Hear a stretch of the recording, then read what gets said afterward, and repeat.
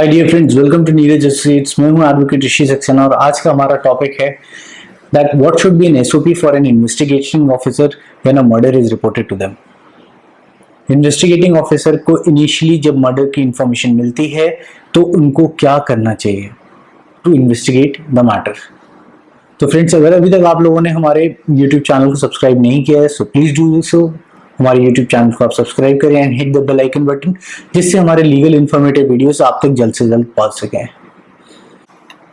तो फ्रेंड्स, जब किसी पुलिस ऑफिसर को ये पता चलता है कि किसी पर्टिकुलर लोकेशन पे या किसी क्राइम सीन पे मर्डर हो गया है, तो सबसे पहले उनको क्या करना चाहिए। तो before leaving for the crime scene they should collect all the papers, necessary forms, gloves, yellow taping, leads जिसमें कि एविडेंसेस कलेक्ट करेंगे, वो सैम्पलिंग के लिए भी जो उनको सामान लेना होता है, बर्थ के लिए पेपर्स लेने होते हैं, पंचनामाज लेने होते हैं, ये सारे पेपर्स वगैरह कलेक्ट करके और ये सारा सामान कलेक्ट करके वो अपने साथ रखेंगे।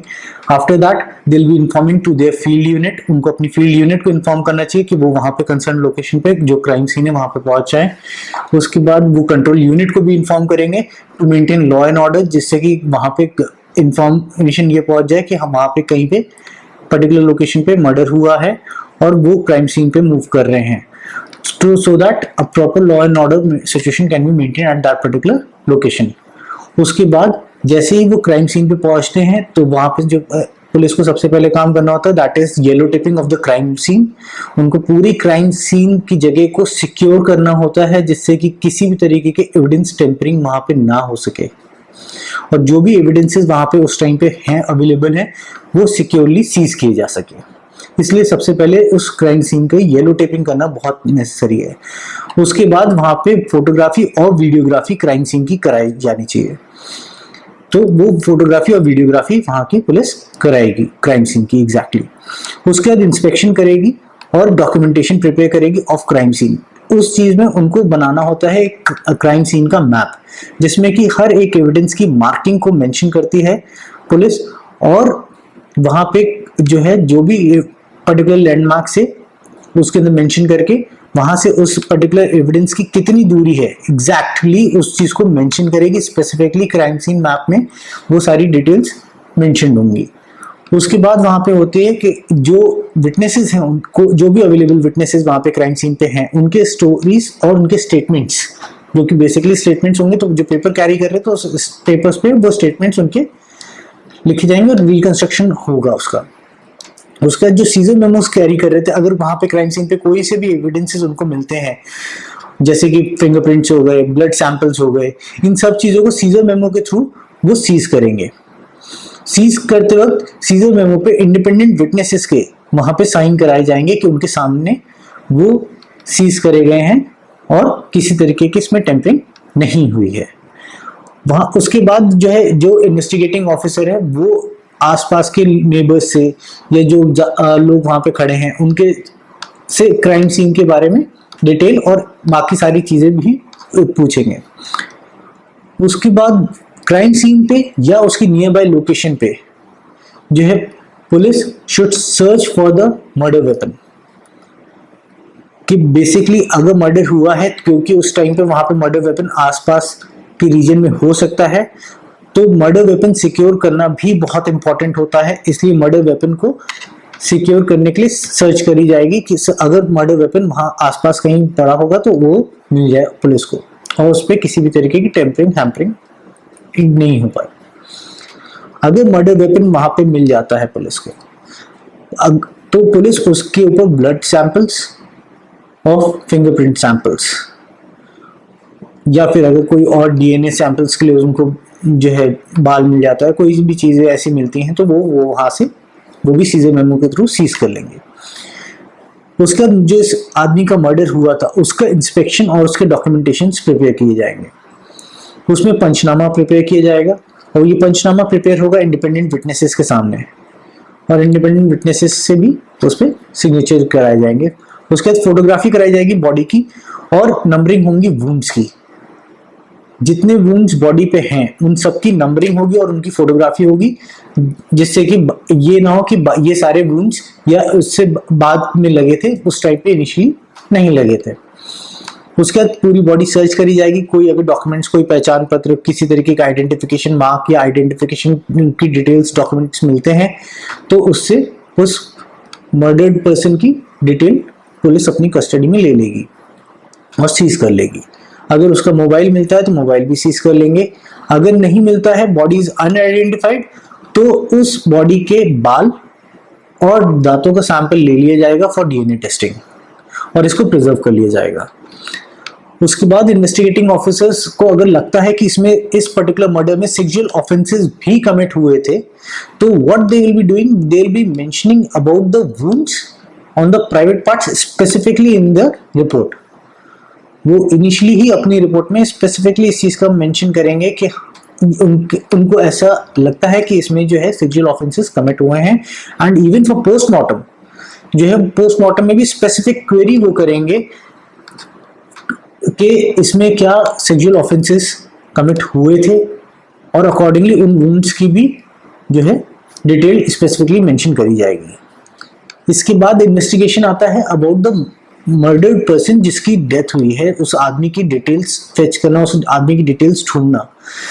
पुलिस उस आदमी की डिटेल्स ढूंढेगी जो उन्होंने मोबाइल सीज किया था या डॉक्यूमेंट्स मिले थे, तो अगर उनसे मिले थे डिटेल्स तो वहां से प्रोबेबिलिटीज और उनके रिलेटिव्स से जान के मोटिव ऑफ मर्डर, अगर नहीं उनको पता है कि कौन है एक्यूज्ड एग्जैक्टली, तो मोटिव ऑफ मर्डर सर्च करने के लिए कोशिश करी जाएगी और जो है who may be the accuse और व्हाट इज द प्रोबेबिलिटी। अगर किसी ने भी क्राइम सीन पे मर्डर एग्जैक्टली देखा नहीं है कि किसने किया है और अज्ञात केस में है, तो उस चीज से मोटिव और मेंसिया ढूंढने की कोशिश की जाएगी।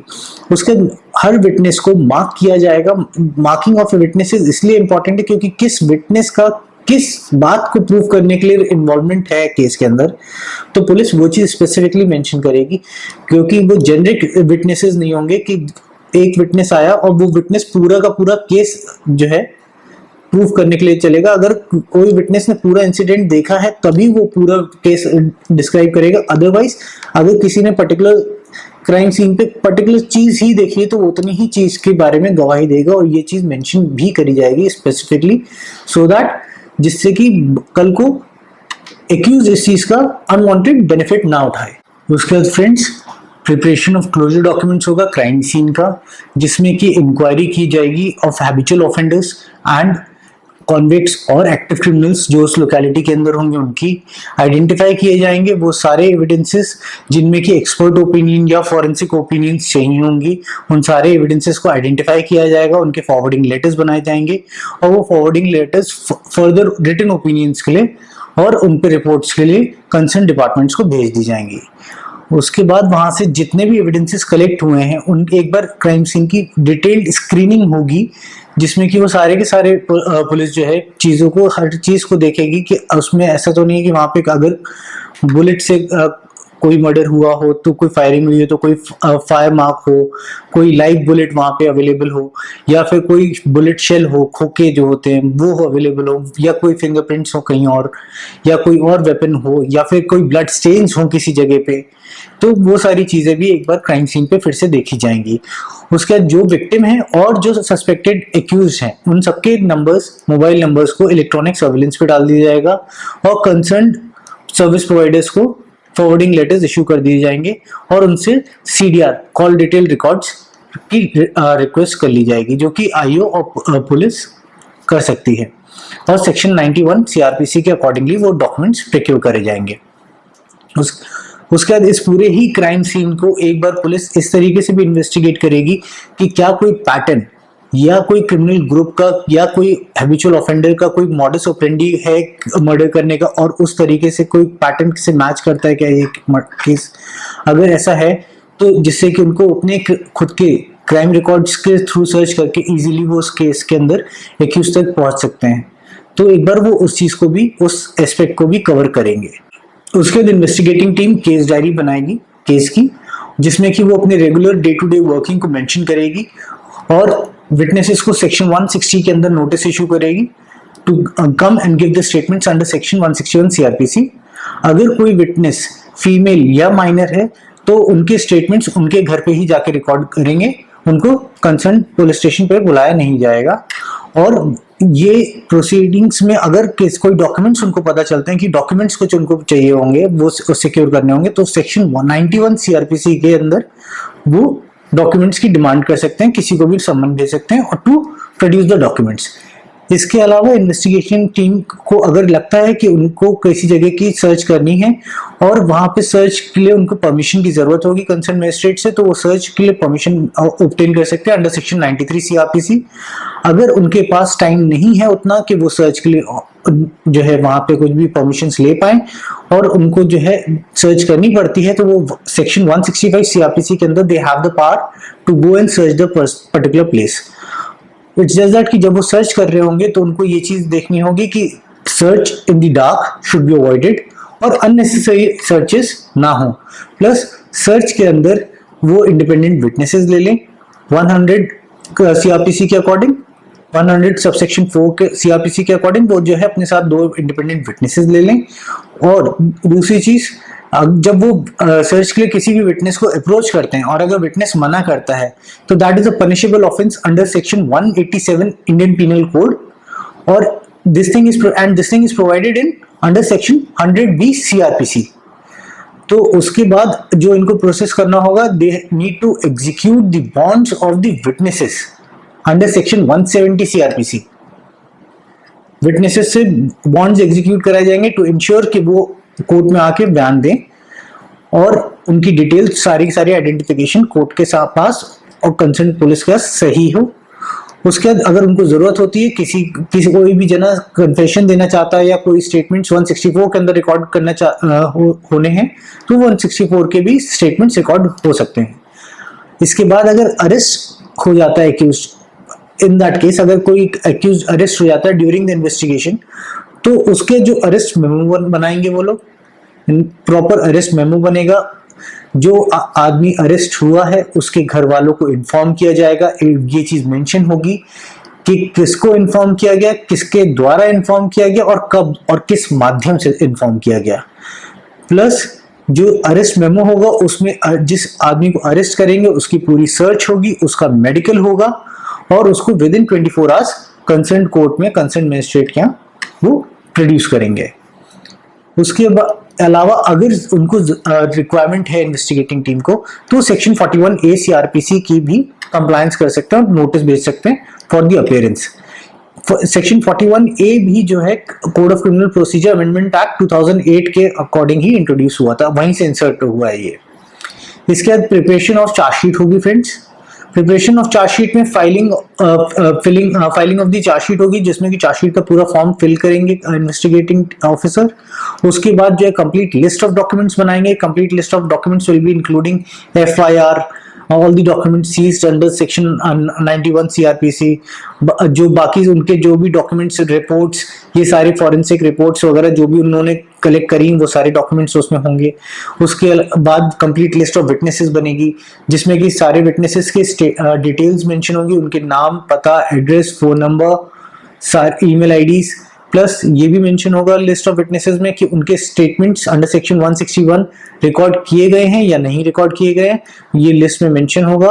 और अगर रिकॉर्ड किए गए हैं, ये उसमें मेंशन है कि स्टेटमेंट्स हैव बीन रिकॉर्डेड, तो उनकी 161 की जो बयान की कॉपी होगी वो भी आपको चार्जशीट के अंदर ही उसके साथ वो लगाएंगे। प्लस फॉरेंसिक रिपोर्ट्स और एक्सपर्ट्स की ओपिनियन, ये भी सारे के सारे डॉक्यूमेंट्स 173 CRPC की कंप्लायंस में, चार्जशीट की कंप्लायंस में वो सारे के सारे डॉक्यूमेंट्स लगेंगे, जिसकी कॉपी अंडर सेक्शन 207 एक्यूज को प्रोवाइड करी जाएगी। सो फ्रेंड्स, आई होप कि आपको हमारे वीडियोस अच्छे लग रहे होंगे और आप लोग को जो भी हमारे वीडियोस में अगर आप लोग को कोई कमेंट्स हो तो आप प्लीज हमसे शेयर करिए, जिससे कि हम और भी अच्छे वीडियोस और रिलेटिव वीडियोस आप लोगों के लिए ला सकें। Thank you.